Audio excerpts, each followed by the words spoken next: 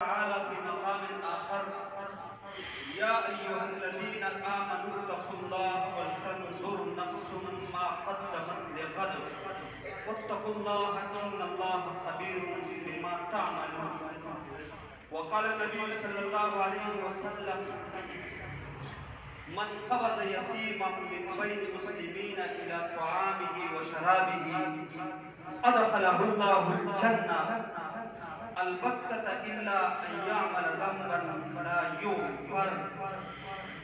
وقال النبي صلى الله عليه وسلم في مقام آخر: إن أحب البيوت إلى الله بيت فيه يتيم مكرم، أو كما قال رسول الله صلى الله عليه وسلم: آمنت بالله وبرسوله صدق الله وصدق رسوله النبي الأمي الكريم.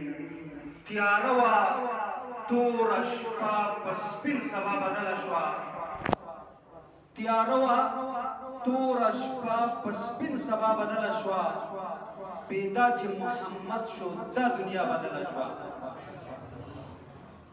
او چې د یتیم نازک شونډې اسویلی اوس پړي، چې د یتیم نازک شونډې اسویلی اوس پړي، نو د لاس په ګوتو مې زخمونه د زړګي اوس پړي. نو په خاورو خل زخمی بشر د یتیم داسې ښکاري، په خاورو خل زخمی بشر د یتیم داسې ښکاري لکه چې مست نسیم غوټۍ د سحرګي اوس پړي. او سیل یې کوي د جنت حورې د اسمان فرشتې، سیل یې کوي د جنت حورې د اسمان فرشتې، چې ګرم جنگ کې طالبان ځوانان پټکي اوس پړي. او مشک و عنبر یې سلامي کوي د خولو خوشبو ته، مشک و عنبر یې سلامي کوي د خولو خوشبو ته، چې کمربند ملا نه د جنگ ستړی غازي اوس پړي. نو مفتونه بیا به دي د حورو سره مینه منم، مفتونه بیا به دي د حورو سره مینه منم، چې د سینې پر هر د شونډې ګلابي اوس پړي، چې د سینې پر هر د شونډې ګلابي اوس پړي. په مینه محبت د ثواب په نیت درود شریف وایو. اللهم صل علی محمد.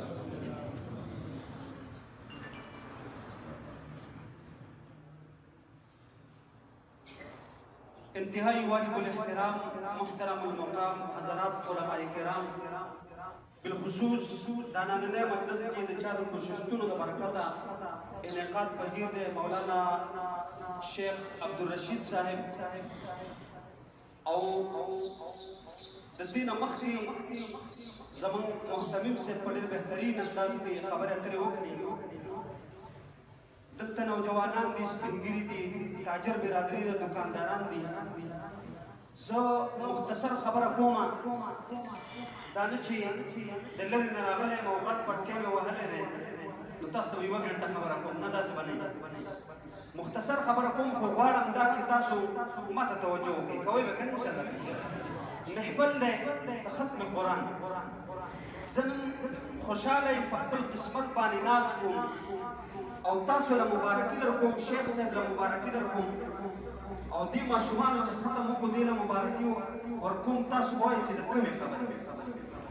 نن دغه لارې و لاشد کتاب قرآن مقدس ختم دی چې د ځمکې او اسمانونو ته الله وجود نه و ورکړی.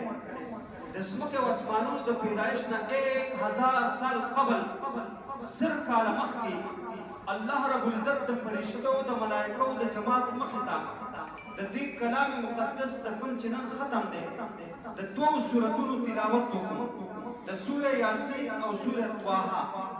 فرشتو ملائکو چې سوره یاسین او سوره طه واورېدو نو په یو اواز باندې گویا شو یعنی طوبی لقوم، طوبی لامة، خوشخبری د دغه قوم دپاره، خوشخبری د دغه امت دپاره، کوم امت ته به چې دا کلام مقدس میلاویږي، کومو سینو کې به چې دې کلام مقدس ته ځای ورکړی کېږي، کومې ژبې به چې د دې کلام مقدس تلاوت کوي، د هغې دپاره د خوشحالۍ او د جنت زیری دی.